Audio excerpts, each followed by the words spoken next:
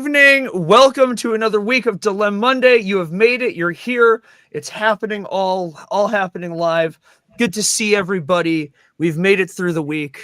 Welcome. Welcome. I almost didn't make it, but yeah, no, let's But wait a minute.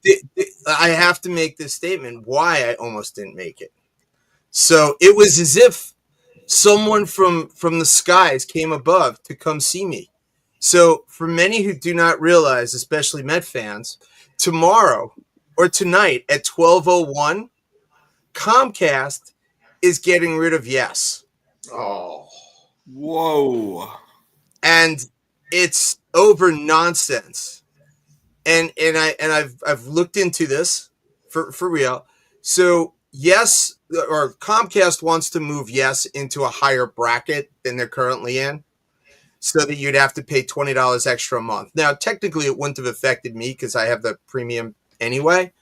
But their fight is, wait a minute, SNY, which is owned by Comcast, is in the lower package. We sell the exact same thing that you do. That's ridiculous. Why should we pay more money for it? So as of 12 o'clock tonight, anybody that lives in our area that has Comcast will not have the Yes Network or be able to watch the Yankees.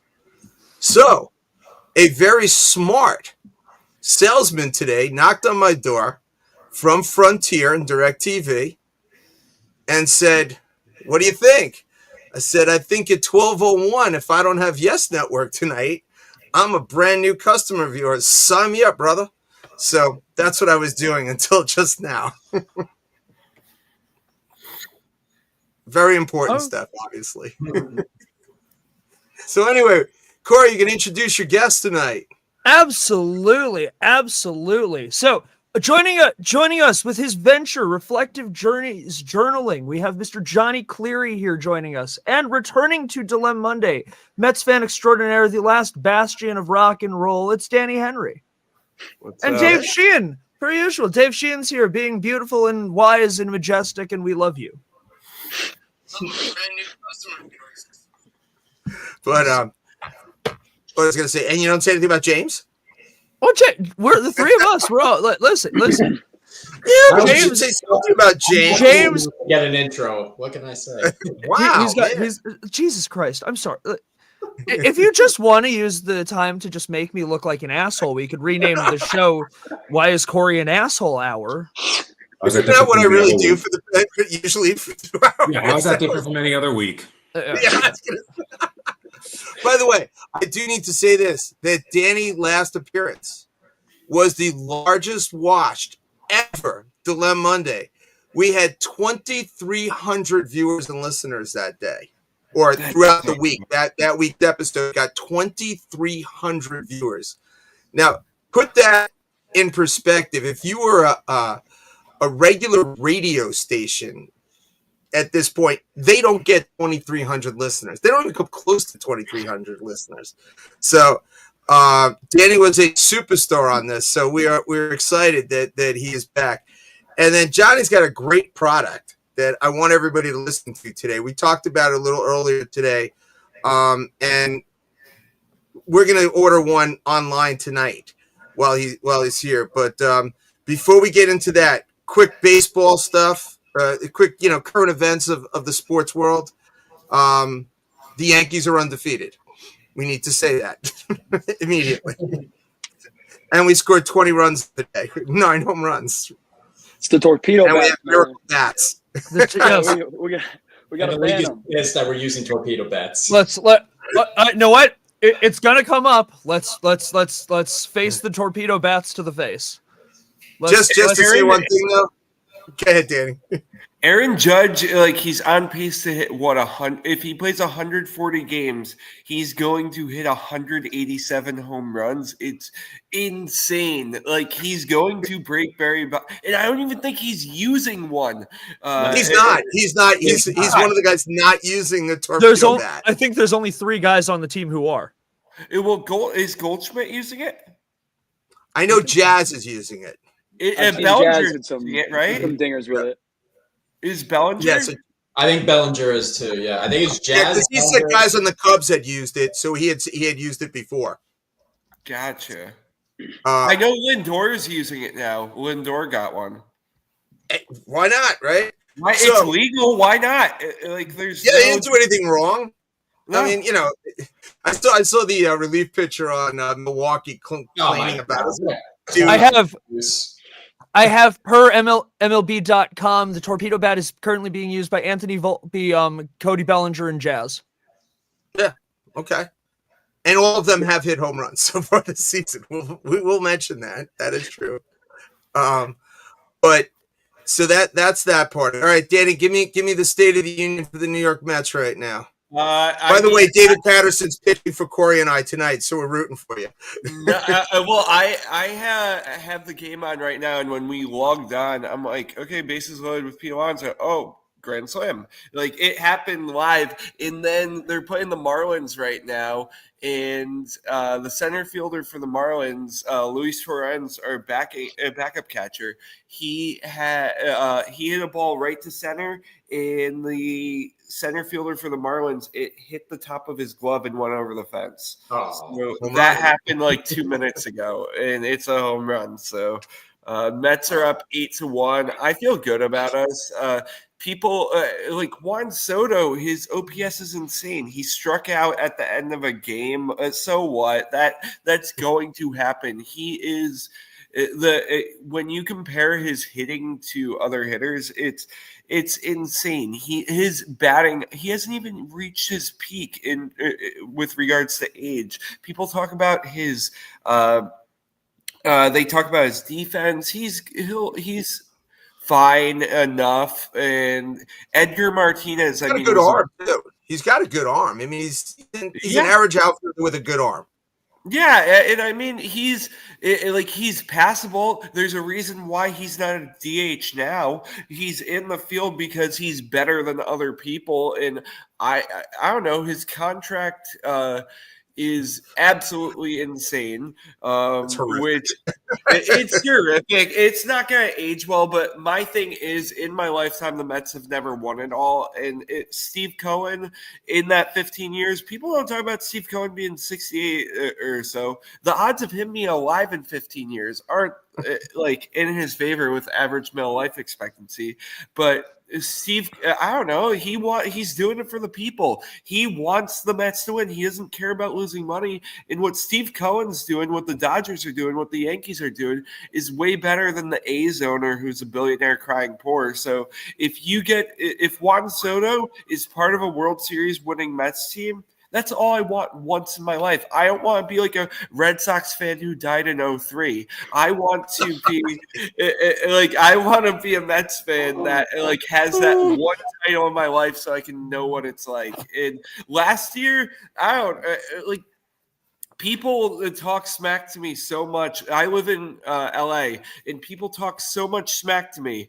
And I am I don't know. The retort I always have is name your infield. Name your infield. Name your infield, Dodgers fans. And they can't. They can't. The amount of Dodgers fans who are diehard fans, which I'm completely okay with, but the ones who can't name their starting infield, it's like, shut up. Shut up. And I was at Game 6 of the NLCS, and the worse than the Dodgers fans who were heckling me were the Mets fans leaving in the 8th, 9th inning of Game 6. It's like, you know how lucky and privileged you are to be here, to afford to sit in these seats and be at this game, and you're walking on your team. Take off the hat. I was screaming, take off the hat to them because I don't know. I worked hard. My tickets were $300, and these people are walking away. It's like, no, you aren't a Mets fan. You need to suffer a bit, and that's. I've been fortunate in life. I'm not a Met fan, but that's also fortunate. But I have seen every single time the Mets have been in the World Series, and I have seen both their championship years. So I will say that I was alive in '69. I remember watching it with my father, and I also remember. What do you remember? What do you remember, Dad? Worst time. He's frozen. I think he forgot. Old age, I was gonna say, yeah, no, we're back. Yeah, well, actually, we were all still here. You're back. Oh, well, I'm back. Something happened, but yeah, no, I got to see that, and I did witness the ball that went through Buckner's legs, and all that. I was at the Marriott in Uniondale, New York, right next to the New York Mausoleum, where the Islanders used to play, and I was there with many people that night, and it was a big Met crowd. That's Long Island. It was a giant Met crowd that night. You've never heard louder cheers when that happened. But all right, let's move forward here. Last thing about sports, because it is the Final Four coming up. First time in a long time, all 4 number ones made it to the finals. Anybody want to take predictions here? Johnny, who are you picking? I had Duke in my bracket, and I think it's a pretty popular choice. I mean, Cooper Flagg's gonna be going number 1 overall. I don't watch a lot of college ball, but one of the games that I definitely tuned in for, other than UConn, was Cooper Flagg playing against, I think it was UNC, and he was just tearing them apart. So they also have another big guy that's really good on their team. And I think they're going to take it. I think also a lot of people are kind of frowning upon this year's Final Four because there's not a lot of low seeds. But the optimistic way to look at it is this is some of the best ball in the Final Four that we'll ever see. So I'm just really excited to see how it goes. And in terms of women's, we got UConn women's playing tonight at 9 o'clock. So let's go Paige Beckers. Let's go UConn. I'm there. Johnny, would you say? I was going to say you're whatever, or doesn't matter. What'd you say, Corey? I'm sorry. I was gonna say, Johnny, you also have a knack not just of picking the brackets themselves. You have an ability to predict other people's brackets. Yeah. I predicted Corey's winner last week. I didn't even know anything about it. Well, you want to talk about it? Yeah. So somehow this. So I miss a hockey game. I miss a T-Bird game. Let's go T-Birds. And I missed a game. And however, while I was gone, apparently it was Johnny made the prediction that I was going to choose St. John's as my winner. Now, obviously that did not go very well for me, but somehow he knew without any knowledge that was going to be my pick. So I don't know how you did it, but congratulations. Because you're a wannabe New Yorker. That's why. He just joined the Italian club. He loves the whole New York Italian, aesthetic. So I knew he was going Patino. I knew it. So. Good team. Yeah, I was all right. Dave, do you have any interest in this at all? I like Snickers bars. There you go.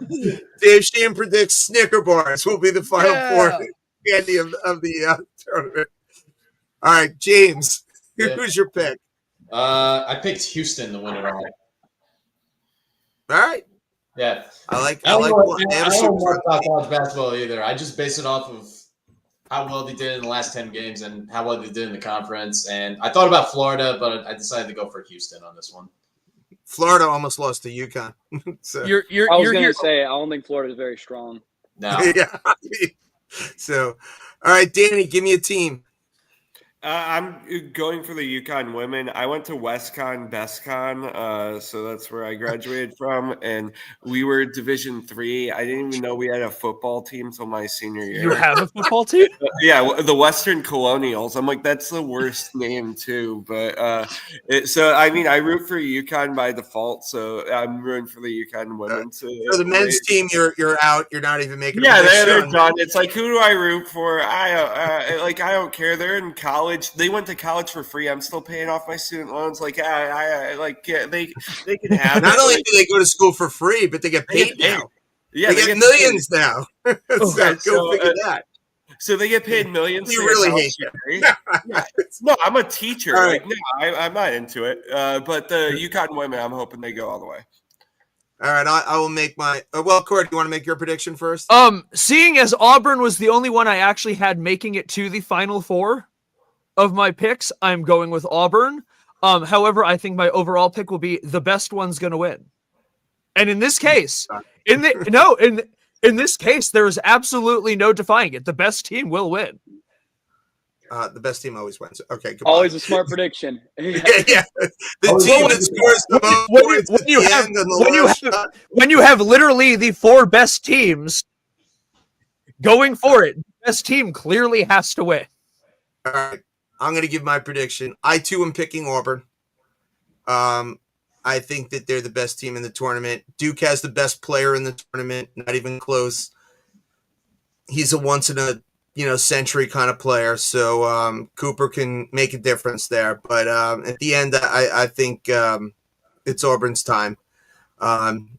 And I'm gonna root for Charles Barkley's team, from the past, since Charles never won in the NBA or the NCAA. I want Charles to be happy. So let's for Charles' sake, let's make it happen. And then on the girls' side, I think UConn might pull it off. I mean, tonight, if they don't win, it's a disaster since Juju isn't playing for USC. But I think they can beat South Carolina at the end of the day. So they beat them once this year. I'm going UConn. So there's the predictions. All right, let's go to the real part of this. Johnny, tell everybody about the company that you started and the product that you came up with. 100%. I'm glad you said that. So my brand that I started is Reflective Journeys. I'm actually like the social media manager for the project, but essentially we make guided journals that are targeted for helping people self-improve. I came up with the idea because I like to journal daily. First thing in the morning, I'll have a cup of coffee, journal, make a schedule for the day, have some goals for the day. I even made some goals for today, getting prepared for the podcast. And, as a student, get my homework done, all that. But here are a couple of the products we've actually made. This was the initial design I created. But we were looking to go for something a little bit more aesthetic. So now we have a black cover, and then we have a white cover journal. And they have prompts on each page that are really targeted towards self-improvement and mental health. So it'll tell you to list something that you're grateful for every day. And it'll have a section where you can put your goals for the day. And it's a product I believe in. I'm really proud of the work that me and my colleagues and classmates have done. And just be sure to follow us on social medias. I know I gave Corey some of our social media handles. Absolutely, and they are tagged they're there in the comments, and I'll get the handles up in a second. Perfect. And outside of that, I mean, I'm not gonna be one of those pushy salesmen. So if you believe in the product, please feel free to support me, support us, a local business. I think it's a very beneficial product to anybody who chooses to use it. Well, I talked to Johnny earlier today, and as someone who's been in sales and has owned his own business and ran businesses, I am someone who believes in the list every single day. I have a top 10. I have a goals list. We talked about earlier today. I said, and I'm going to give a shout out to Mike Smith, the original Mike Smith, who was a mentor in public speaking to me many years ago. I know sometimes he does listen to the show. Mike taught me SMART. And for those of you who don't understand SMART, it's specific, measurable, attainable, responsibility, and timeline.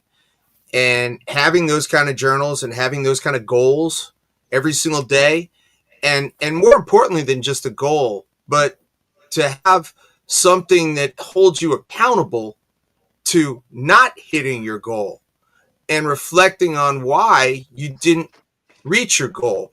What happened? What was wrong? And what Johnny's selling here, that the product, it's something to live by, really, because every day you should wake up and have some kind of goal. You should have some kind of motivation that makes you want to go. And by putting it in writing and having accountability and having something that sparks you in the morning to be excited about, hey, I get to get up today. I get to put down what I'm going to do, and I get to achieve something. And there's no greater feeling that at the end of the day or week or month, when you've put all that effort in and you got it because you did what you were supposed to do, that's phenomenal. So I commend this product. Corey, I want you to order that. I want you to order two of them for us today. Now, because he's going in showing everybody how to do it. Hey, Dave, you're someone who, your career and the stuff that you do, you analyze people, in comedy and stuff. Are you a user of this kind of method where you put stuff down and have goals, achievements? Sort of, not as thoroughly as what Johnny's describing, although I wholeheartedly am behind the mindset. I do use an app that does allow that once or twice a day you do just kind of pause, check in, think about how things are going, what's working, what's not. Goals are a part of it. I don't tend to focus on that part as much as like the gratefulness, but I'm all about the mindfulness and the importance of keeping that as a focal point of life and really everything you do. And I agree with what Craig was just saying about something daily. I think starting each day, looking ahead, looking back. It doesn't have to be the morning, but I think that's a really good time because, you know, setting an intention for the day and then getting to the end of the day and looking back and see, did you make it? And if not, what was the problem? What can you do differently?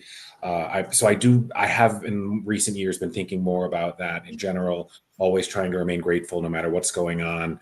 When things are tough, you know, trying to find the good in that and focusing on the good past it. What do you have to do to get past it? All that. So this is a wonderful thing to know about too. And I just followed. Yeah. A small tidbit I'd like to share to your point is like when I found myself on just like hard times mentally and kind of getting down on yourself, having a lot of pressures in life. I really did fall in love with literature and like stoicism as a philosophy. And I think a lot of what that preaches is to make the most of any situation that you're dealt. And like Dave said, to really find the gratitude in things that a lot of times you overlook. And so I've just found for me personally, and you know, everybody has their own method to their madness, but like Dave said, I like to find something grateful anytime I find myself really down on myself. And you know, I just got the number one thing I always remind myself is I got beautiful friends and family, friends, Corey and the Remans. You guys, you know, thank you for all your continued support. And by the way, I just didn't want to put my credit card number live on the air there. That would have been bad. But if you check your sales, you should have an order for 2 of each of the journals. Yeah. I just got it on my Gmail right now, and I'll be sure to keep in touch with you and you know, help you along that way. Hopefully, you guys enjoy it. Excellent. But yeah. You know, I'm really happy that you guys kind of support the whole like mental health mission, self-improvement mission of the whole brand, because that's really what I'm trying to sell here. It's not really a product. It's more, you know, a lifestyle, a philosophy. Actually, speaking of the brand, can you please tell us about the TikTok videos? Yeah. I think when the day starts, it never seems to stop. Everyone has a different thing to do, a different place to be. When you're the driving force that keeps everything in motion, you can't afford to miss a single step. Every minute is accounted for. I'm realizing I played the wrong one. I'm adding the wrong. You know, there's a few of them though. I think everyone needs to check out the TikTok and watch these videos, because if you want to start your day off with a smile, that's how you do it. I can guarantee you that there have been enough of T-Bird locker room. We're just like, oh, we saw the new video. It was here. We love it. What is what is the feedback on the videos specifically been? So a lot of times from my mentors and professors, they're really happy because especially when you're starting a brand or any business venture. I know you were talking about it earlier, Craig. You kind of learn along the way to an extent. And so I think a really important thing to do is just to put effort and put products out there early on and build and improve constantly. So, I mean, yeah, some of my earlier videos might be silly, but recently I've kind of found a niche in being a little bit more authentic, lighthearted. You know, I'm a pretty silly guy, so we got some silly videos up there. And one of my most popular videos actually even was of me. I went down to Alabama for spring break, and I got badly sunburned. You beat me to it. Yeah, and that's actually, by the way, is where Auburn is. You know, the future #1 team in the country. yeah, the team that's gonna win the whole thing apparently. But yeah, no, I just try to enjoy it. You know, the more you enjoy it, the more you want to keep producing content, and so I really just love to learn the process of it all, and you know, getting to share a little piece of my life with anybody who cares to follow and support. So I was going to say, so Danny Henry happens to be one of the great promoters of this world. But like when he puts out an album or one of his things, and I know we mentioned it last time, but you got to tell people about the petting zoo. This is This I is one of love the your great your album- your love of the Danny Henry petting zoo is Petting Zoo unreal. is it's the greatest album No, release in the I love history of it. the world. Are you kidding me? Let it Why not? Danny. I advertised that the opener for my concert was going to be a petting zoo, and it's not a band petting zoo. It's not anything. There is a petting zoo. I had a truck brought in, and there were baby goats, baby cows, there were chickens, there were ducks, and no one does that anymore. That's why I tell people. Yeah, no one does that anymore. And I opened up a concert with a petting zoo because I thought it was a really good idea. So, It was. And didn't you also once get carried in a coffin? Yep. I had another concert where I was brought in a coffin that I had made. It was my friend was working with carpentry, and we went to Home Depot. He had me lay down on the ground next to wood, and he built a coffin. I had people bring me in a casket, and I punched through the lid of the casket with a whole can, staggered out, and started playing the show. Phenomenal. So, thinking about Johnny's product, you are a planner. Obviously, you are someone who plans out your releases, your concerts. I mean, I see, when you're playing at the Kibitz Room, you're always putting it out there and who's there. And by the way, Danny gets great guys to play along with him too. It's not like he puts out some good names out there, big names out there. I mean, John Stamos plays with him. I mean, come on, this is this is big. So how do you go about with your planning and setting stuff up? Me? Or, Yes, yeah, like me, my planning is it's become more calculated at this point. Like, I make all my own posters myself, so anything you see online, that's something that I did myself, because I had a graphic design artist once. I'm like, this doesn't have my soul into it, so I gotta. And also, it's expensive, so I just do it myself now, and I draw it out, I scan it. But I plan things in advance. The thing that I'm preparing for right now is I am going to be recording a new album, and I'm going to have this one be funded. Normally I pay for it myself, but I want to raise awareness. I want to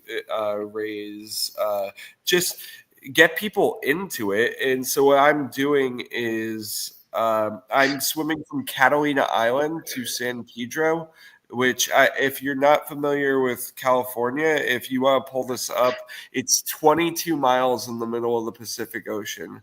And so I will be swimming from Catalina to San Pedro. I'm going to start at 8 p.m. on a Friday, and I'm going to be finishing around 1 p.m. on the Saturday. So it's going to take me 17 hours. There's sharks, there's dolphins, but I am going to have people pledge per mile, and that's going to be how I fund my album. So the planning for this is I've been running 7 miles. Taking life insurance on this. Just a simple little thing. You're a young age. I'm sure we could get it at a very low amount that you could, send over. I mean, I live a pretty rock and roll lifestyle, so I don't know if it's gonna be pretty pricey. But I have a team with me. I'm gonna have someone on a kayak. I'm gonna have someone on a boat. I can't touch the kayak. I can't touch the boat. I have to stand for a full minute when I finish this without any assistance,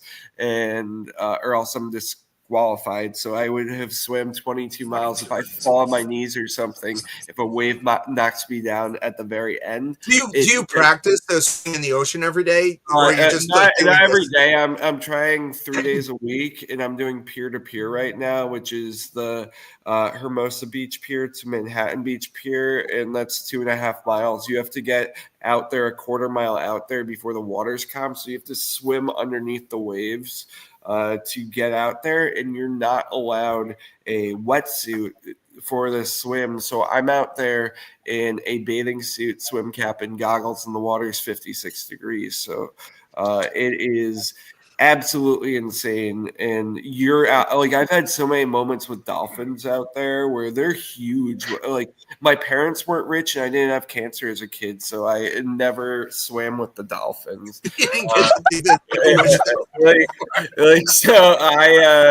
So you're 1,000 feet past the surfers, so there's no one out there. It's just you and dolphins. I'm like, I can't look up on my phone. I can't listen to music. Like, I can't look up. Are dolphins dangerous? I have to jump in on this one, and I think I've told this story before on Dilem-Monday. But when I was 7 years old, my parents took me on a pretty cool cruise, or a trip rather. We went to Curacao and we went to Caracas, Venezuela. So, but in Curacao, we stayed at the Hilton, and at the Hilton, they had a live dolphin show.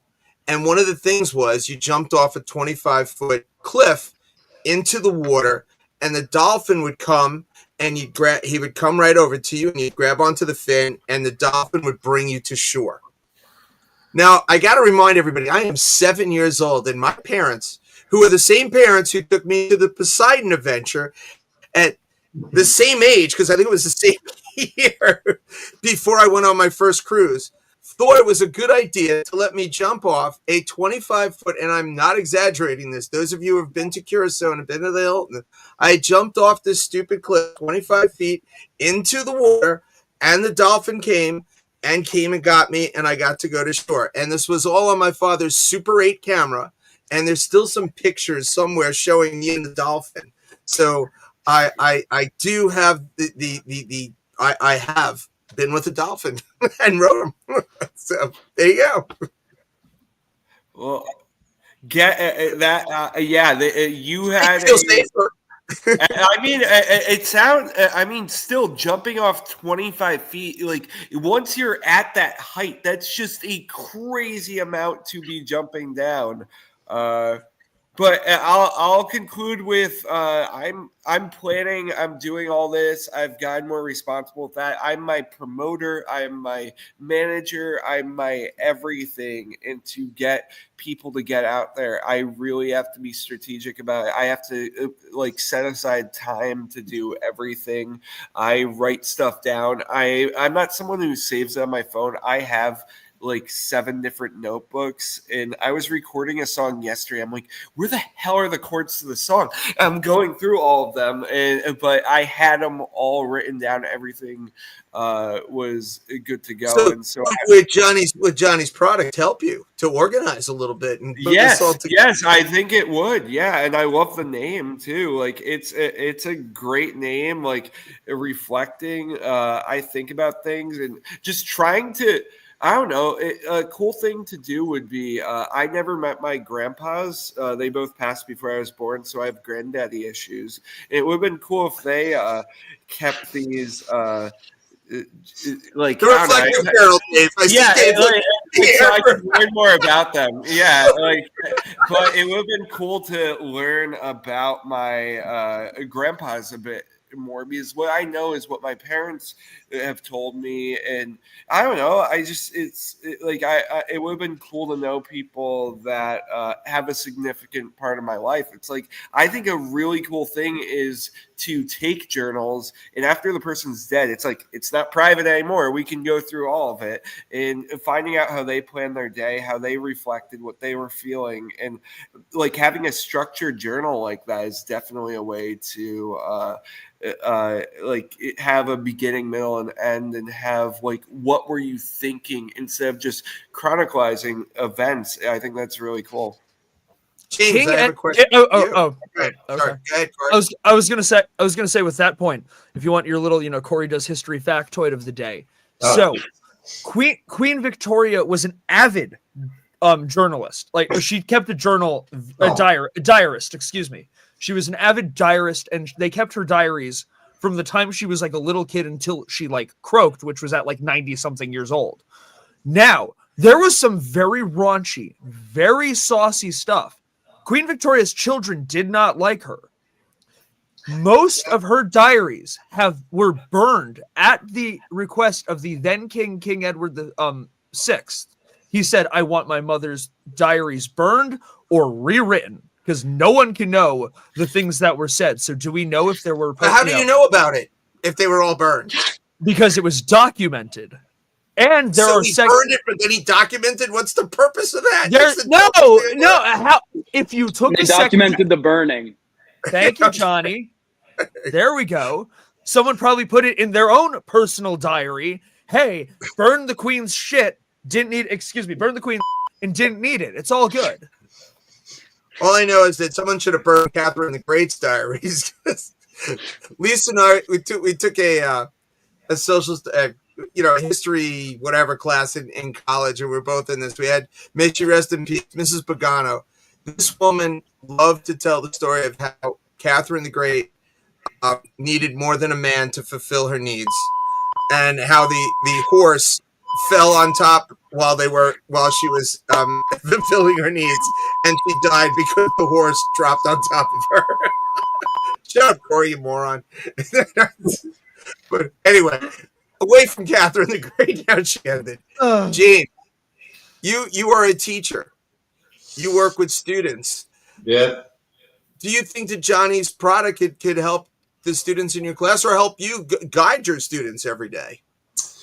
It will definitely help me. I think for younger kids who are 6 to 7 years old, they have no idea what is actually going on in front of them. But I know for me, because I've been going through a lot of back and forth if I want to still consider teaching. And I've also had thoughts if I want to go back to sports. So, because I'm approaching 30 years old, by this time next year, I'm going to be a married man. I need to find something to get my shit together. And as Corey didn't put the boop sign. I think this would definitely help me, not only career-wise, but also mentally, because I have a lot going on in my mind besides torpedo bats. Which it's very important, torpedo bats. I mean, come on. So I see that Corey has a guitar behind him. He always has some kind of guitar behind him. So, Corey, where was you last time? First of all, thank you for acknowledging the set dressing. I try to do a good job each week putting a new thing. By the way, we got some cool. We got we imitated my cork board upstairs in my office. But we've got pineapple? What? Is that a glowing pineapple? That is a glowing pineapple. Everybody should have one. Jeez. Shout out SpongeBob. Yeah. Shout out those weirdos on the Royal Caribbean cruises. But yes, so yes, this is an Epiphone Texan Peter Frampton signature series. And last night I went to see one of the absolute best concerts I have ever seen. I don't know what at Comics Roadhouse at Mohegan. Yes. Now, that was a great way to start my evening musically, but I got to see Peter Frampton last night at Mohegan Sun, and I don't know what it is about these post-war English babies and the music they decided to make, and the longevity and strength that they had. This guy, his leg muscles are going. His leg muscles are degenerative at this point. He was going to retire, but he said he did retire. He did for a few years. Yeah. Wait, Danny, who do we have here? Before I finish my story. This is Monty. He's a good boy. He's 9 months old, and he just peed on the floor. So He's so excited. Everybody's relieved. That's true. But yeah, so Peter, I don't know what is again these post-war babies. I saw the Stones last year, or I mean during the fall. I guess it was last year. I saw the Stones last year. I saw Peter Frampton this year, and these guys just want to keep going. This guy, he sat down for the concert. He was in his seat, center stage. The rest of the band sat down too, but you would not have known that this guy wasn't up there and rocking, and the guitars he used. Oh, is he standing when he plays, or is he? No, he's sitting down. But again, you wouldn't even know.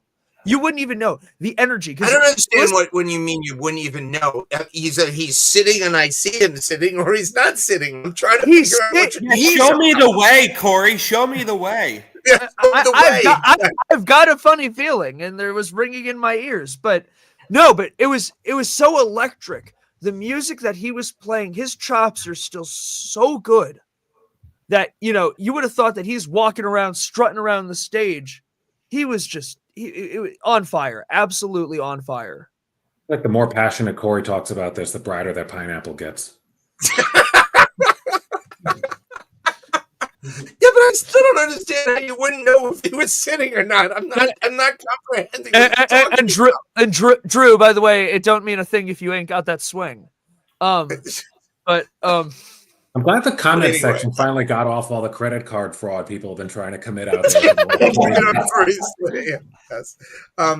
By the way, and I know Corey posted it on the thing about Bobby seeing one of Danny's shows. I saw one of Danny's shows where he was in the box for like 2 hours and nobody knew he was in there, or dropped up like a Christmas present. And when the show started, he popped out of it. It was 3 hours, so it was a Christmas 3 hours. Bob, you don't even know. I got there before everyone else, and it was I had 2 boxes, and I had them wrapped up like presents, and then on the sides of the stage to have there's a video of this online, and to have how is that not a TikTok sensation? It's on. Johnny done the TikTok for you. If you look up how Danny Henry enters a concert, it's there. But I got wrapped up in a box, and I had 2, and there were opening bands too. So there were a few bands before me, and I'm 6'1".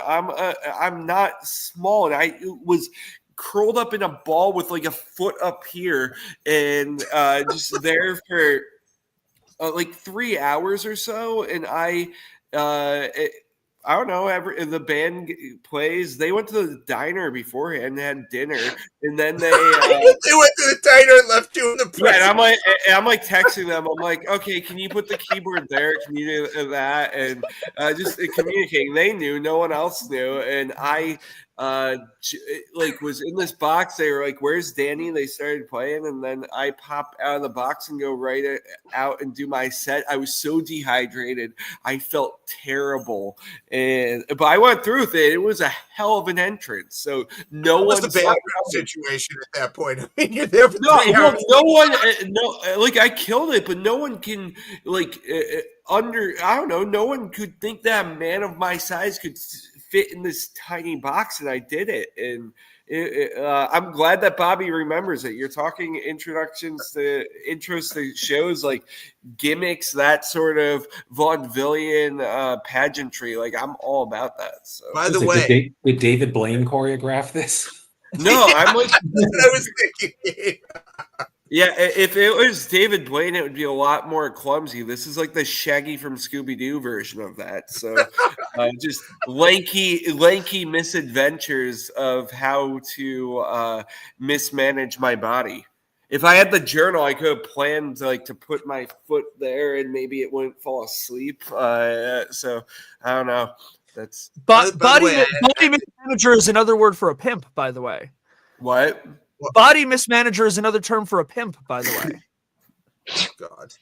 But anyway, I had to say, Bobby put that out there. Bobby sent me a video that he's working on right now. This thing is just way out there. It's wild. He's put together this cartoon and real life of his new song that he's putting out there. It's so good. I don't want to take too much because it hasn't premiered yet. But what Bobby's putting together, he's working on it, and it's awesome. It is, cool. It's super cool.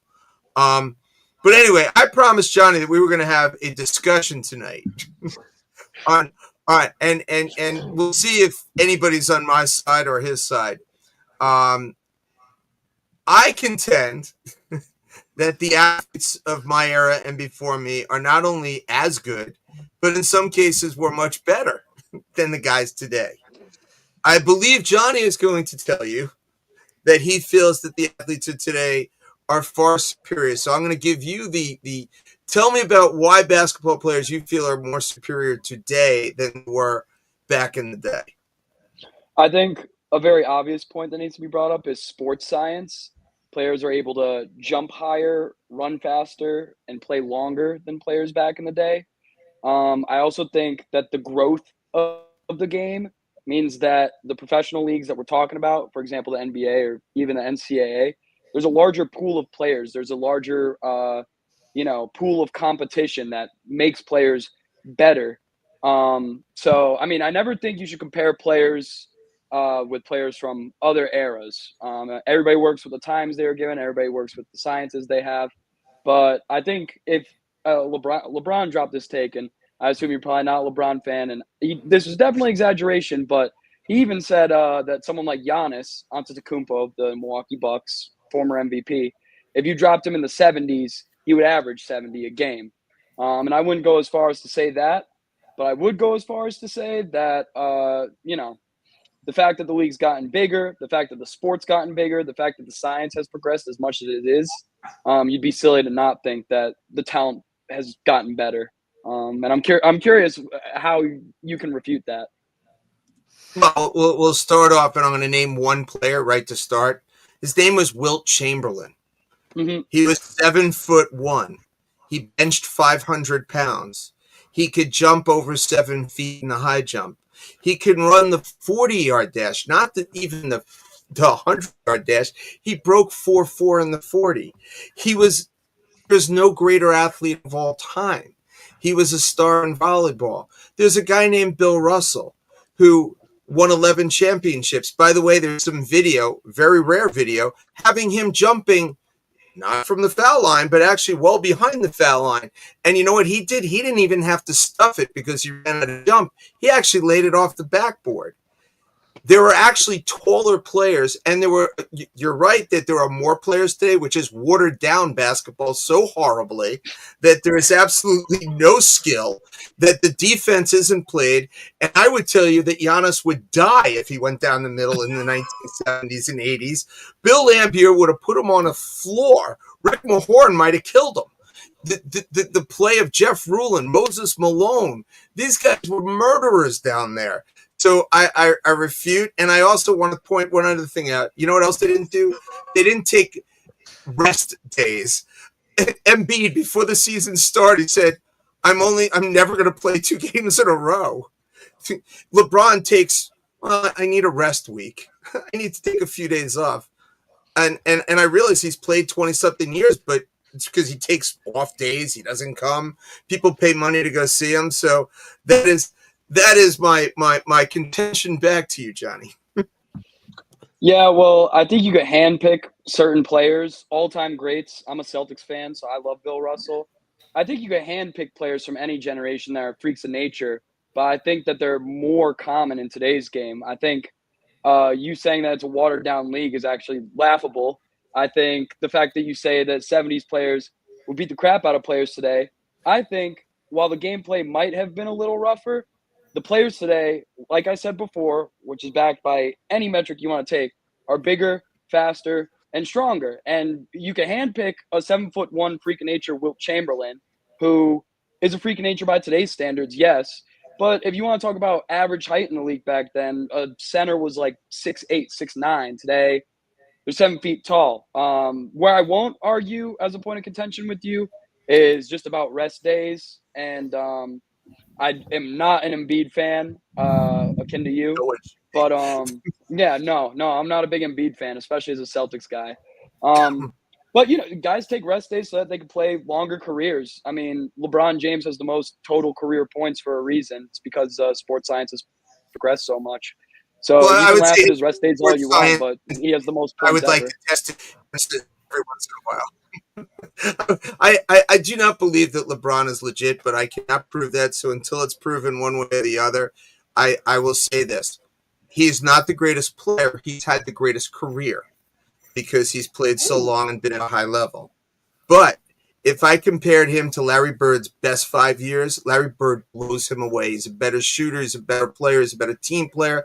And you know what else he did? He led his team that he was drafted on to championships. He didn't have to jump around from team to team to team. And the other thing about the height, the only position, this is serious, the only position that has really gotten large or taller are the guard positions. You have shooting guards that are all taller than they were back in the day, and you have point guards that were taller. The centers were all almost 7 foot, even in the 60s, 70s. You had some guys like Dave Cowens, who was a Celtic, who was 6'8" or 6'9", and you had freaks of nature like Wes Unseld, who was only about 6'7", but he was 6'7", both height and weight. I mean, you know, tall and width. So on top of that, Larry Bird's big dick energy was method acting.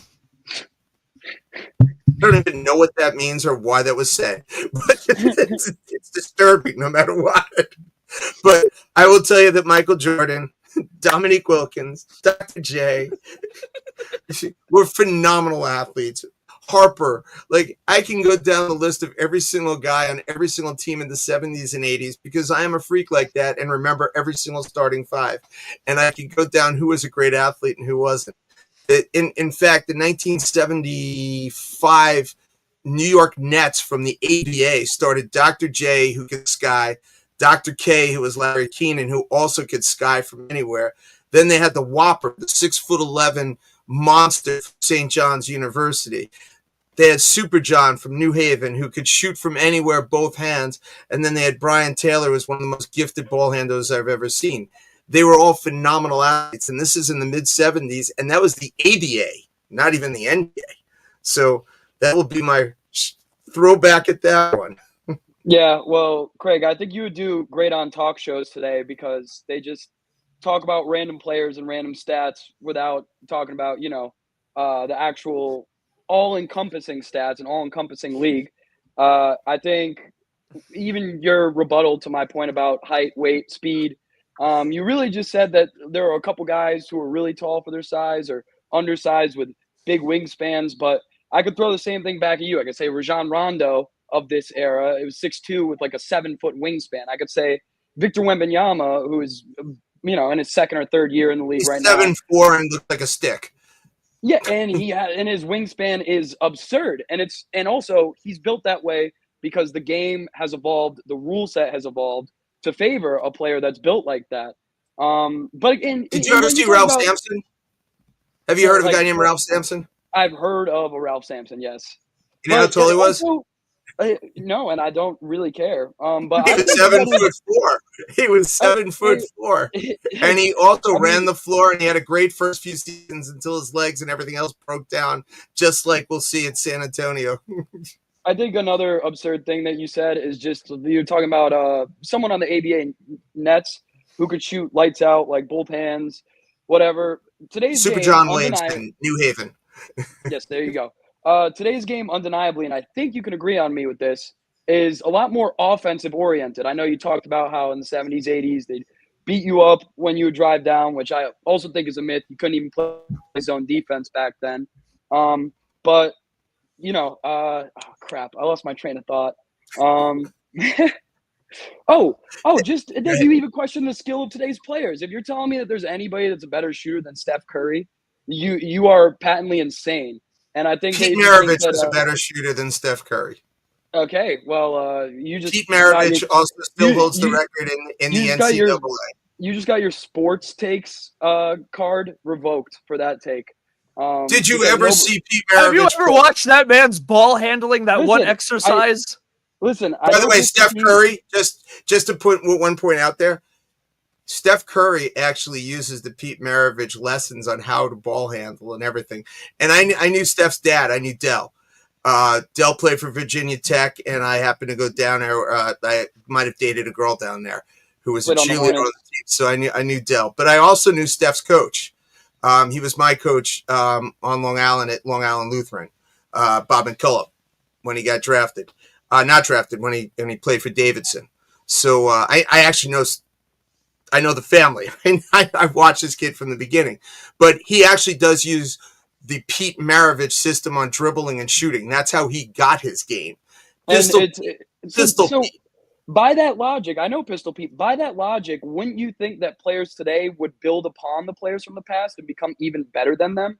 I watch the games and I see zero defense. I see no call. Rick Barry screams about this every time he watches a professional basketball game.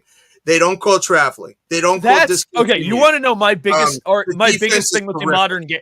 My biggest thing with the modern game is if traveling, like, why have the rule? It's like one of those laws that you don't enforce.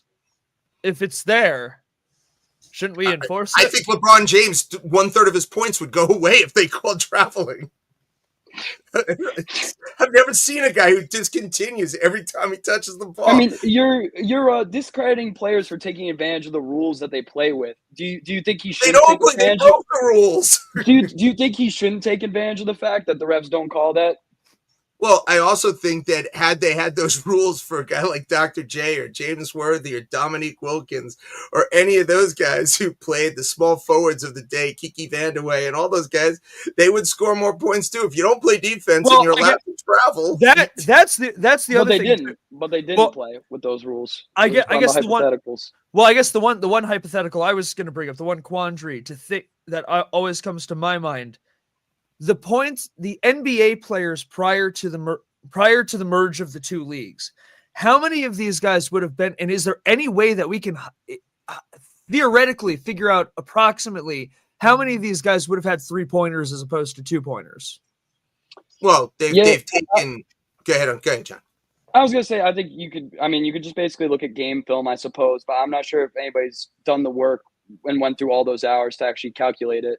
And Pete Maravich, LSU, they did. Dale Brown actually did that, and they said he would average 60-something a game based on where he shot from and the 3 points from the time. Yeah, because that's what I would like to know. Yeah, and I was going to give you credit, too, in the fact that, Pistol Pete and John Havlicek and great shooters back in the day, a lot of their stats are, not as great as maybe they should be because there was no 3-point line.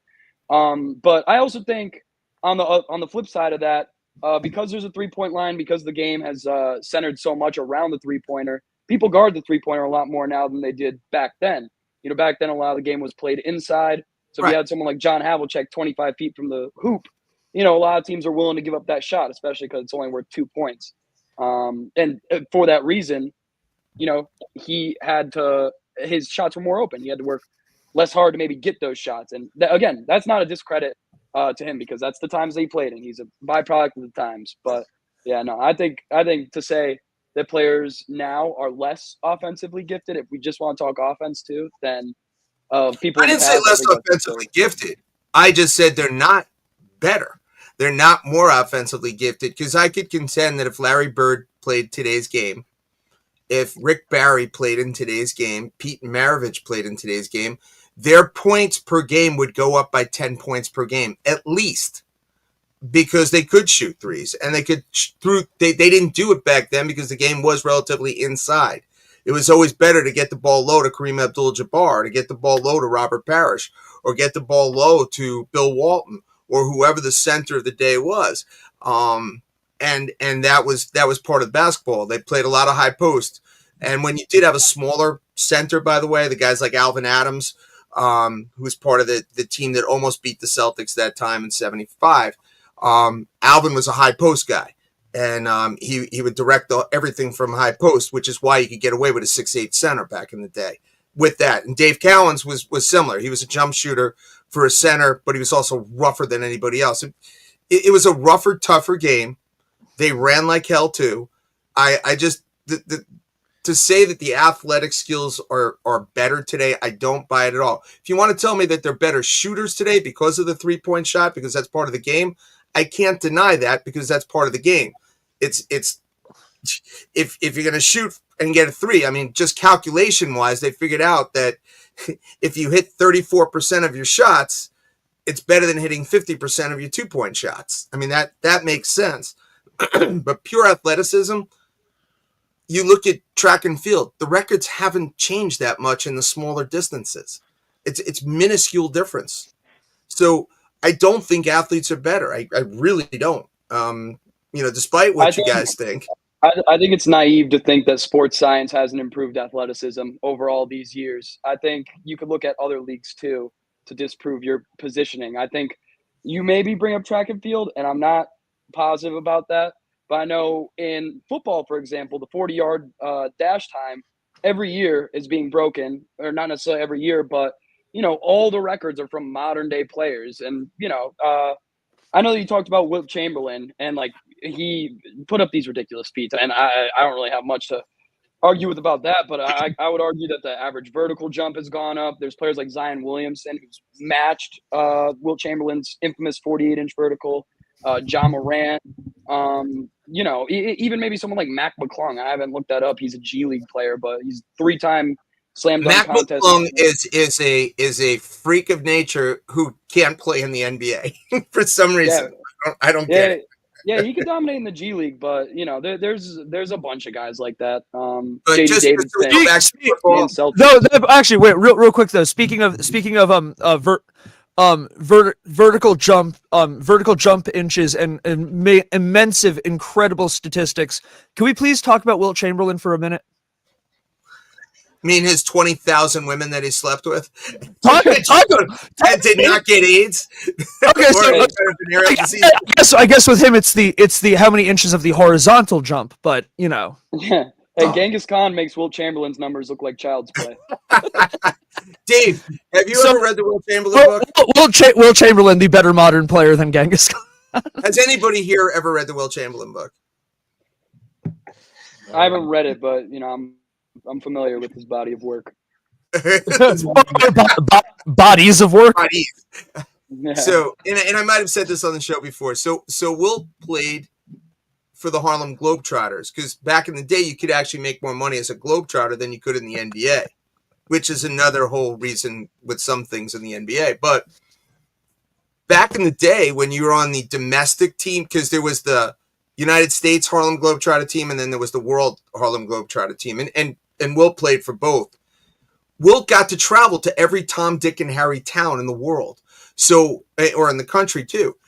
So in Iowa, there might have been some guy's bar named Smith's Bar, or whatever Iron Grill, and he would remember all these places. So when he would meet a young lady in a bar, no matter where he was, they would say, "Oh, I'm from Dubuque, Iowa," and he would be like, "Dubuque, Iowa.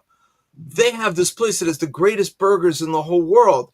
And he would find a way to just connect with everybody because he played with the Harlem Globetrotters and had been everywhere. And because of that, plus he was 7'1" and dashing looking and smooth as silk, he was able to sleep with 20,000 plus women. So Wilt Chamberlain, the greatest athlete, greatest lover in the world. I'll concede that one to you, man. I'm not sure if anyone's putting up those Wilt Chamberlain numbers these days.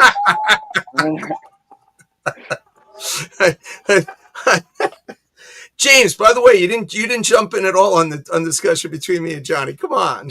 I'm curious how you feel. You guys do your thing, but I agree. Fundamentals are dead. No one does it anymore. It's showing in recess. For God's sake, everyone is literally shooting. No one's passing the ball. No one's going inside. They're literally just shooting threes, hoping to be a hero at the end of the game. I'm like, guys, what the fuck are you doing? That's not what we're supposed to be doing. That's not how you play the game. Fundamentals. I believe in fundamentals. Offensively, yes, it's up. Defensively, trash. No one does it anymore. Yeah, I think if you watch playoff basketball, you'll see some great defense. I think the rules have changed to where defensive players are even more handicapped than they were back then. You could hand check back then. You had a lot of rules in defensive players' favor.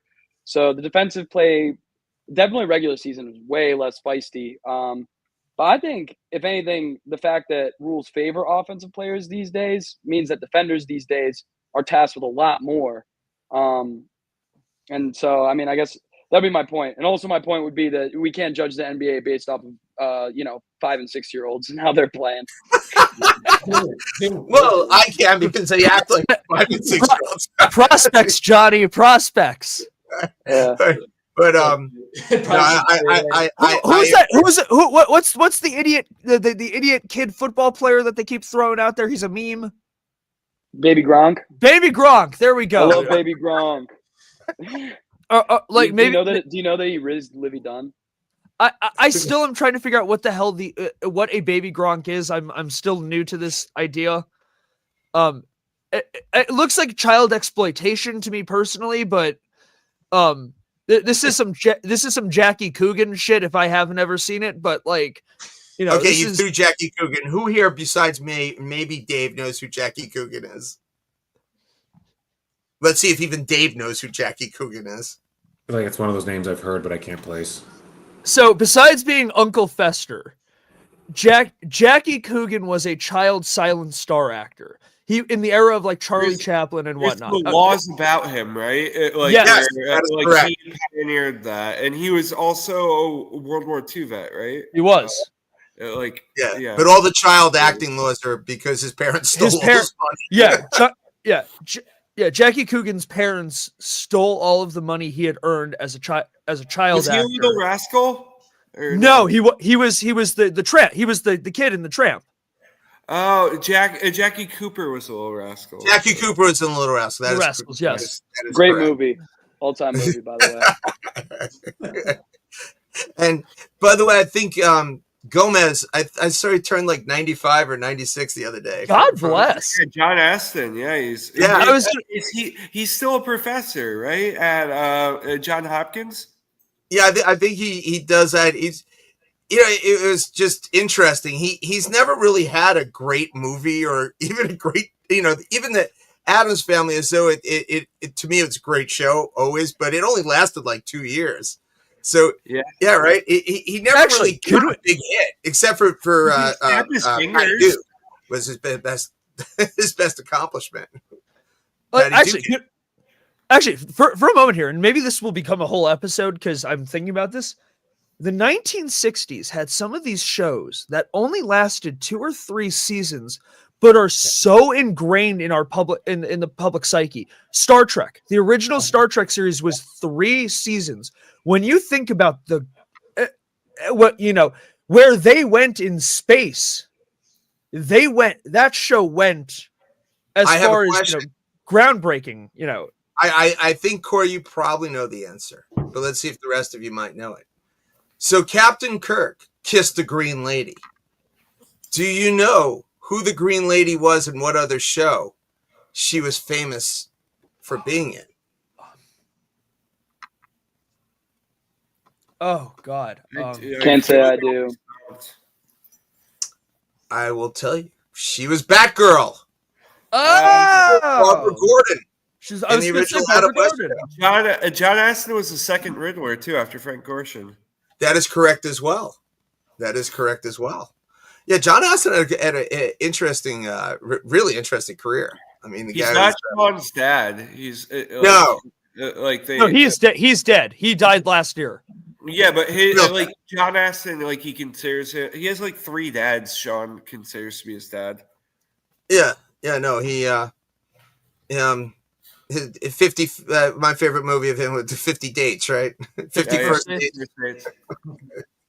I like that movie because kids made fun of me for liking the Beach Boys until that movie. And the great, so that was I don't know. They're into other stuff, and it's no, the Beach Boys go hard, and they're my favorite band, and I was obsessed with them when I was growing up. And kids made fun of me.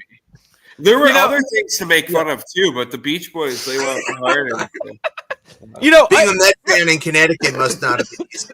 Yeah, it's Mets, Yankees, and Red Sox. Those fucking massholes, those fucking Yankee fans. And they both say my entire team sucks is the acronym that Mets stands for. And then you can do the report at the biggest retort you can have, being I don't know, and next to Fairfield County is at least my parents are still married. Just throw that one out there.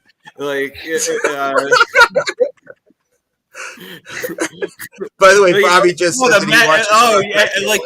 the Yankees suck. It's Steve, my parents still love each other, and after I was born. So shut the fuck up.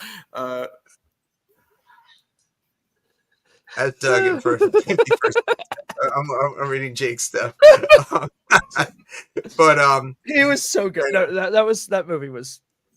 I love that movie. I love that movie so much. But yeah, no, that actually, can we talk about like real quick? You know, with the badassery of the Beach Boys, you know, they are, you know, no, they were fucking heavy. Like, Marilyn Manson, that's pussy. That's bullshit. That's stupid. He's fake. We got Charles Manson. I was gonna say the Beach Boys hung out with actual Charles Manson. Get. You want to play a little Kevin Baconish game right there? All right, so we're talking about Mr. Aston, right? Yeah. Okay. So he was married to who? Patty Duke, right? Yep. She was in the movie Valley with the Dolls, right? Oh, with Sharon fucking Tate. Sharon Tate, who was killed by Manson. Well, Manson's people. So how do you like that? That was pretty good, Corey. You gotta give me some credit on that one. Oh, absolutely. That was something. That was some pretty good, Pat. You know, a Kevin Bacon game there. Anyway, it's like 9:15. I was gonna say, so Corey had two cool shows this week.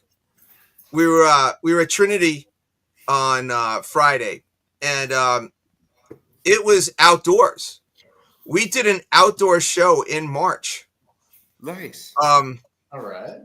It was warming. I don't know if it's nice. It was cold. It was really cold. Okay, that's good. That's we still have a few years for the planet. It's okay. And I'm just sitting there. I'm like, I am freezing. I'm getting way too old to help set up and be outside with everybody. And it was a cool gig. You know, a lot of people there. The students at Trinity are always a lot of fun. I enjoy the people at Trinity. They do know how to party. They have a good time. They're actually super polite, which is even more, you know, you don't expect that, you know, college students, but they're actually super nice. They were wonderful to deal with. And the sound company, the guys that were doing the sound there, some of the nicest guys I've ever dealt with. They came the next night to Cambridge. Yeah, the guys enjoyed the band so much. Robert, who was really in charge of lighting, he enjoyed the band. He heard that we were playing. The guy lives in Mystic, but he's from the Boston area. And he's like, hey, guys, I'm probably going to come to your show tomorrow, because he had such a good time at the show. And it was a fun show. But I'm going to say that the next night at Charlie's was phenomenal. It was, that place, you know, Bob. Yeah, so, you know, it's the Cambridge area. So you have all the Harvard kids, you have the MIT kids, and then you have all the yuppies who live in the area. And it was just a good time. The place was jam-packed. We got a special appearance by Ricky Green coming up on stage. Rick sang some Walking on the Wild Side. Got up there, performed, and we had some Danish dudes who kept touching my wife. I didn't know what the hell was going on with this guy. I'm like, they're very touchy. They're very like. Yo, speaking of Ricky Green, shout out King State Band. They make great music. Ricky Green. They have a new single out now. Thank you, Corey. But yeah, he's a good friend of mine, good friend of Corey's, and beautiful human being, even better. Look at musician. Look at us. We're on. Yeah, so no, and Ricky did a great job, and kudos to his girlfriend. She came. She wasn't feeling good, but she came to support both Ricky and Corey to go out there, and she was a super sport. So thank you. You know, that was awesome that Ricky was there and he came up there and he did a really good job. But overall, it was super fun. We've been in Boston like every week for the past like 3 or 4 weeks. We're going to be back in Boston this weekend too. So it says something that the Connecticut music scene is just not doing the job it should, because why are we have to go to Boston every single week? Because Boston will actually pay good money. The music scene here has got to start stepping up a little bit, because you know, solo, you can play solo whenever you want, but it just, you got to start bringing the top bands to stay home, because we're all on the road. None of us play here. You can't expect top bands to play for no money. It's just not going to happen. And we ended up playing a lot of private parties. We play yacht clubs. We play all the country clubs, and we play tons of private parties and tons of colleges. But it's a shame that we can't play close to home because they can't pay us enough money. And that's something that really has to get fixed around here. They have to decide to bring in good bands every single week. And if you have top bands every single week, you'll have people show up every single week, and you'll be able to afford it, and you'll have much better music. That's my thing for the day on that. And Dave, you'll say even comedy wise, are you able to play a lot in Connecticut, or do you have to travel all the time? Mix, but I think I end up out of the state more than in, and that I don't know if that's the scene in general. It varies so widely from venue to venue, promoter to promoter. That's just my experience. Yeah, I've just found, and look, Long Island's no good either. New York City's not good, but for whatever reason, Rhode Island, Massachusetts, Vermont, New Hampshire, they're just better markets. They appreciate musicians, they appreciate comedians, they appreciate entertainment more. Danny, how's the market in California? What market? The flea market. That good? Yeah, I don't know. I did a 3.5 hour show the other night and got paid with a waffle. So let's. I think you need a manager. When Mickey comes up to Rocky and he said, "You know why that happened? You don't have a manager. You had a manager, that wouldn't happen." I killed it. Like there's so many of the historic venues that you hear about here are pay to play, and like a stripper doesn't pay you for a lap dance. So that it's like whiskey. Johnny's like, well, it's happened to me. I don't know. Like the whiskey and go-go. I mean, I'm not gonna play that. I'm not gonna do anything. Viper Room, there are vipers there. I'm not going to play at somewhere where I have to fork over money to do it. Like there was a Troubadour show where it was Gilbert O'Sullivan. I got hit up to, hey, like you're perfect for this. We want you to play. Like you have the right crowd. And then they say it was $2,400. I'm like, are you fucking like? And they said, well, you'll sell the tickets, and you just have to. I'm like, your capacity makes it there no margin for me to make a profit if you are at complete capacity from tickets that I sell alone. So no matter what, I am giving you money, because a lot of these pay to play venues, it's like you make the money after that. If all of those bands that are on the bill sell that the maximum amount of tickets, there is not capacity for those people there. And so it's a business model where no matter what, someone is paying the promoter money, someone's paying the venue money, because there's no way that they can, if you sell that amount where you can make a profit as a band, there's no way they can fit that many people in there. So no matter what they're making money, they're stealing money. But we once were offered a national act. I don't even want to go after them because they probably didn't even know who the promoter was and what have you. But it was one of those deals where I'm rusty. we could open up for this big time band, but yeah, we'd have to pay to play. I was like, dude, that ain't gonna happen. Not this time, not anytime, not in a million years from now. I am a manager. That is not where it's at. Yeah, and I am a salesman, and I've been a businessman. We don't play for free. We don't play for nothing. We don't play for $100 a man either.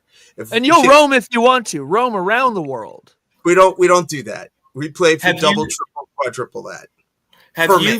Have you found, though, that it is harder for people to get out after the pandemic? Because that's an issue on weeknights, especially for me to get people to come out. I'm having more people listen to my stuff than ever, but getting them to actually go out and leave their homes. It's sort of like the movie theater business. I've gone to concerts in the middle of the week, and it's so undersold, or else it's sold out and the seats are half full because people just decided to stay home. I don't know if it's like that in Connecticut, because I haven't lived there since before COVID. Yeah, and I see Dave shaking his head.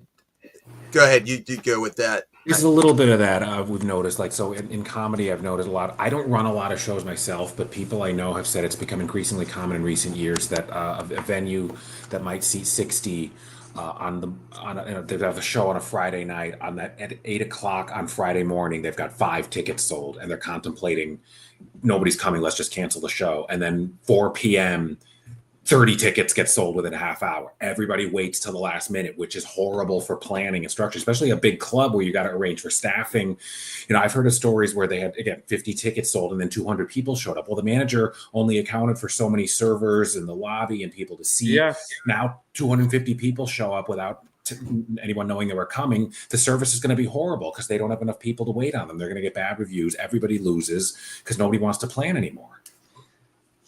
No, the irony to be all about planning and getting things together. Let's work it right back into that. I wished every single one of the venues and some of the promoters out there would go to Johnny's book and what Johnny's doing, because it's serious about planning. Things are different today. You don't sell tickets way in advance. You sell 10 minutes before people come in. I'll tell you this, Charlie's I was going to say, not for nothing, even for a major act, I bought my tickets for Peter Frampton. I've been talking about this for months. I bought it 2 days before the concert. Oh, I shows out here on my way there. I'll buy a ticket on the way there. I plan on going. I'm like, I'm not going to pay sticker price. So I'll wait till the last second. Well, I think, but even like the other night, we were at Charlie's, and we traditionally get there 2 hours earlier because we got to set up and everything like that. And there's no one at 8 o'clock. There's not a person there. There's not a peep. 10 o'clock, there's some people coming in. People are sitting down. Things are going well. And at 10:20, it was like 100 people just came in through the door. The place is jam-packed. There's 120. You can't move in the place. The cocaine carriage is bringing the horses. It was like, wow, this is terrific. And I will say this, we have a different audience than most bands, okay? Because we play places that are guaranteed packed. Like when you play the bike and beer tour, there's 1,000 people on the bike and beer tour, who go to the ride. So at the end of the night or the end of the ride, there's 1,000 people there listening to our band. We play at places like a yacht club or country club that has guaranteed people showing up. We have a different method. We play a lot of parties. We play some weddings. We play colleges, the fraternities, the sororities. They're jam-packed. So we're very, very fortunate. We've built an audience that others haven't. We don't play regular clubs very often, which is another thing. We don't play a lot of clubs. We play larger venue, larger places, and we have a different kind of audience than most. So during the week, though, Corey plays solo. During the weekend, he plays full band. So I haven't seen the during the week problem, because if you're hiring Corey for a Thursday night or a Wednesday night or a Tuesday night, they're hiring because they have a crowd there. That's why they brought him in. You know what I mean? So it's we have a different model than a lot of other bands do, and we work it a little bit differently. But so I don't see some of the pandemic. In fact, for us, the pandemic was probably the greatest thing that ever happened. To be honest, we became the party band. We became the number 1 rated band on the Bash. We became a lot of things because we were the only guys out there. We were playing in these very large mansions, and because we played in these mansions, or outside, not inside, but outside the mansions. Yeah, no. Well, even inside, I remember there's a few places, but they walled it off. They did some cool stuff. We did a lot of different things to get out there and do things differently. So that was that. Anyway, Dave, where are you going to be this week? Grove 34 in Astoria on Wednesday. Tell your cousin, Corey. We have cousins in Astoria. Methuen, Massachusetts on Friday the 11th, and then Fairfield, Connecticut on Saturday the 12th. Nice. Nice. You're pretty busy. Danny, where are you going to be? I have no shows planned this week. I'm going to a comedy show tomorrow. It's someone that I went to high school with in Milford who's playing. I don't know if you know Andre Kim. He's Andre. Yeah, Andre, I went to high school with him, and he is performing in Irvine tomorrow at the Improv, so I'm going to go and see him. Nice. Tell him he talked to me. He'll Yeah. remember me, or he'll pretend he doesn't, which is fine. Delete it. James, you got anything going? Just the usual. My podcast, Common Everyday People. New episode was released yesterday. Check it out on all the major streaming platforms. Other than that, same old usual shit. Johnny, give me one more plug. Well, give a few more plugs. Go over the product. Tell everybody why. Yep. Well, Reflective Journeys journals, you should get it because it's great for your mental health. It's great for your self-improvement process. It takes anxiety off your shoulders, knowing that you have your whole day planned out. And you know, I just think it's a beautiful message. We're all about mental health, improving people's lives. I use it every day. I stand behind my product, and I practice what I preach. So it's not coming to you from some hypocrite. It's coming to you from someone who truly believes what they're marketing. And yeah, I mean, whether you're a student, whether you're a young professional, older professional, I mean, we've talked about it all podcast long, but life throws a lot of challenges at you, and it can be overwhelming at times. So it's a big relief to plan it out, and, you know, just tackle it day by day. And, you know, we're called Reflective Journeys because it doesn't matter where you start. The journey is, you know, key. It's all about just improving little by little every day. It's like an old Japanese adage, Kaizen, improving 1% every day. After a year, you'll hardly recognize yourself. I love it. Love it. Damn. Corey, do you have any clue where you're going to be this weekend? If I'm not mistaken, am I going to be at the Ford in? No. No, I'm not. So you really have no idea. I know I'm going to be in. You're in the right. I'm in fucking Boston every week. It seems like. Look for me somewhere in the fucking Commonwealth of Massachusetts. I don't know. Okay, you are actually going to be. It sounds like you need a journal and a manager. Yeah, I think I need you just to need an attitude adjustment. I think I need the rest of this drink. So do you remember where you old-fashioned therapy? Corey, do you remember where you had the best chicken you've ever tasted? That's right. I'm at Southern Kin Kitchen this weekend. That was the best the best chicken I've ever had in my life. Like, I didn't know that, you know, a bunch of damn Yankees outside of Boston could produce chicken that made my soul smile. His soul smile. Chicken that can make his soul smile. Thank you, ladies and gentlemen. Send a picture, by the way. I'm kind of curious now about this chicken. Actually, I'm gonna jump Southern in here. Kin Cookhouse.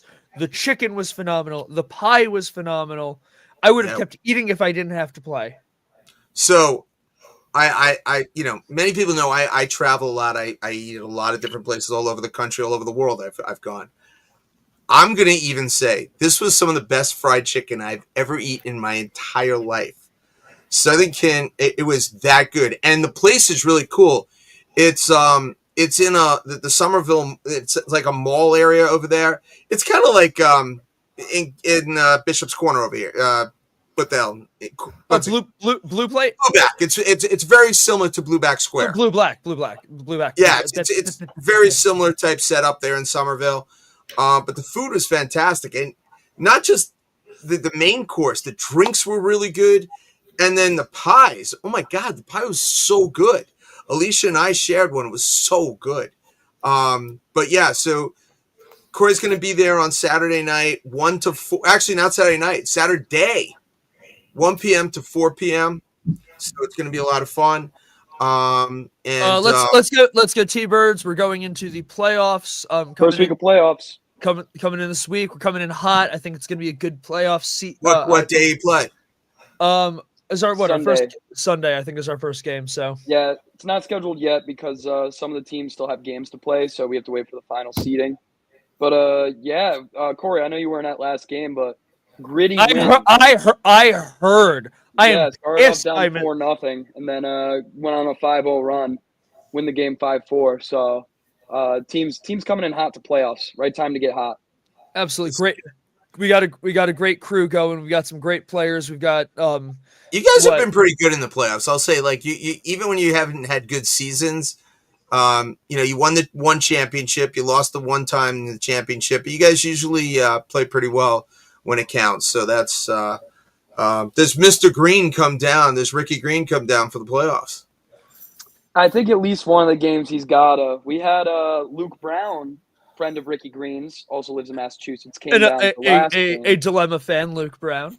Yep, a Dilemma fan, avid Dilemma fan. But yeah, I mean, those guys will definitely come out for playoffs because it's the best time of year. It's like was the best 2 words in the English language, Game 7. And no Game 7s here because it's men's D League. But every game's a Game 7. Every game's a Game 7. See, if you're a Celtic fan, you like Game 7 because you very rarely lose Game 7. Yep, that's what I'm talking about. Yeah, especially not against the Sixers. That was 2 years ago. Jason Tatum dropped 51, 52.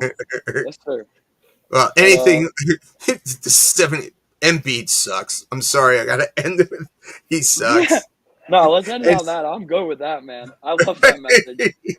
But anyway, it is 9:34. It is 9:30. Catch us next week if we can book it. If James and I might get a haircut on the air. I don't know if we. That sounds so exciting. Who would want to not see that? Why not? Need it. Yes. Yes. Thank you for having me, guys. By the way, one last thing before we go. James, our team is doing well. I don't know when we played Danny, but Danny, I sent James's email. If you can add him to our team. I'm not sure how to do that. Once the season starts. Oh, it's all right. But James and I on the show. What was it? 2 weeks ago, we drafted the team on the show. While we were on the show, we were going through this, and we put a pretty good team together. Although, just like last year, our best player gets hurt. Second game of the season. Ramirez. I was like, are you kidding me? This better not happen again. But at least we didn't draft Jose Ramirez is durable, though. He'll come back. Yeah. What's he hurt with? His wrist. He'll be fine. I think it was like a wrist sprain, but I don't think anything was like fractured. He claims it was from sliding. Who knows? Anyway, on that note, Danny will have to come on when it's Team 28 versus his team, so we can, just badger each other on greatness. All right, Corey, say goodnight. Yes, absolutely. Reflective Journeys, Common Everyday People, Danny Henry, Dave Sheehan, the Dilemma Band. We love y'all. We'll catch you later.